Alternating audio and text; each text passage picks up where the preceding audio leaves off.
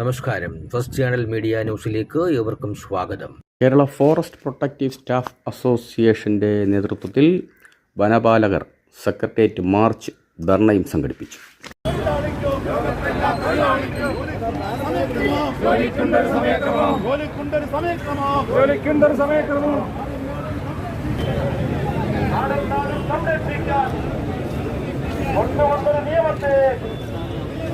വനസംരക്ഷണ നിയമത്തെ അനുവദിക്കുക, ശമ്പള പരിഷ്കരണ കുടിശ്ശിക അനുവദിക്കുക, മനുഷ്യ വന്യജീവി സംഘർഷം ലഘൂകരിക്കുക,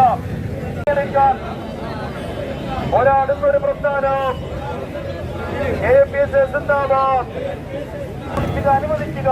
ജോലി സമയം 8 മണിക്കൂറായി നിജപ്പെടുത്തുക, അനുവദിക്കപ്പെട്ട ഡ്യൂട്ടിക്ക് ആനുപാതിക വിശ്രമം ഉത്തരവ് ദീർഘിപ്പിക്കുക, വന നിയമ ഭേദഗതി ബില്ല് വനപാലകരുടെ സുരക്ഷിതത്വം ഉറപ്പാക്കി ദുർബലമാക്കാതെ നടപ്പിലാക്കുക, പങ്കാളിത്ത പെൻഷൻ പിൻവലിക്കുക, ശമ്പള പരിഷ്കരണ നടപടികൾ ആരംഭിക്കുക, ക്ഷാമബത്ത ശമ്പള പരിഷ്കരണ കുടിശ്ശികകൾ അനുവദിക്കുക തുടങ്ങി വിവിധ ആവശ്യങ്ങൾ ഉന്നയിച്ചാണ് Kerala forest protective staff association KFPSA secretariat മാർച്ചും ധർണയും നടത്തിയത്.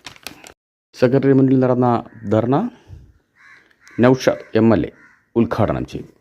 നിങ്ങളുടെ പ്രശ്നങ്ങൾ നിങ്ങൾക്ക് വലുതാകും, അത് ആ തരത്തിൽ അവതരിപ്പിക്കാൻ വേണ്ടി കഴിയണം. അതിൽ അവധാനതയോടുകൂടി വളരെ നിസ്സാരമായി പരിഹരിക്കാവുന്ന പ്രശ്നങ്ങൾ, നിങ്ങളിപ്പോ 18 ഡിമാൻഡ്സ് ആണ് വെച്ചേക്കുന്നത്. യഥാർത്ഥത്തിൽ അതിൽ ഒട്ടേറെ ഡിമാൻഡ്സ് വളരെ വേഗത്തിൽ തീർപ്പ് കൽപ്പിച്ചാൽ ഡിമാൻഡിന്റെ എണ്ണവും കുറയും.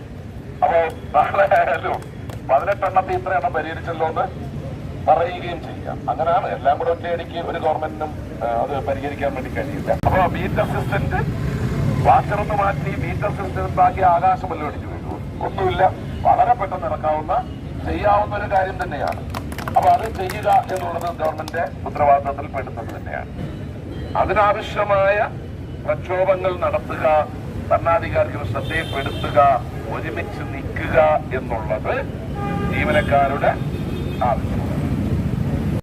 Kerala forest protective staff association സംസ്ഥാന president KA Sethumadhavan, general secretary R Dinesh എന്നിവർ നേതൃത്വം നൽകി.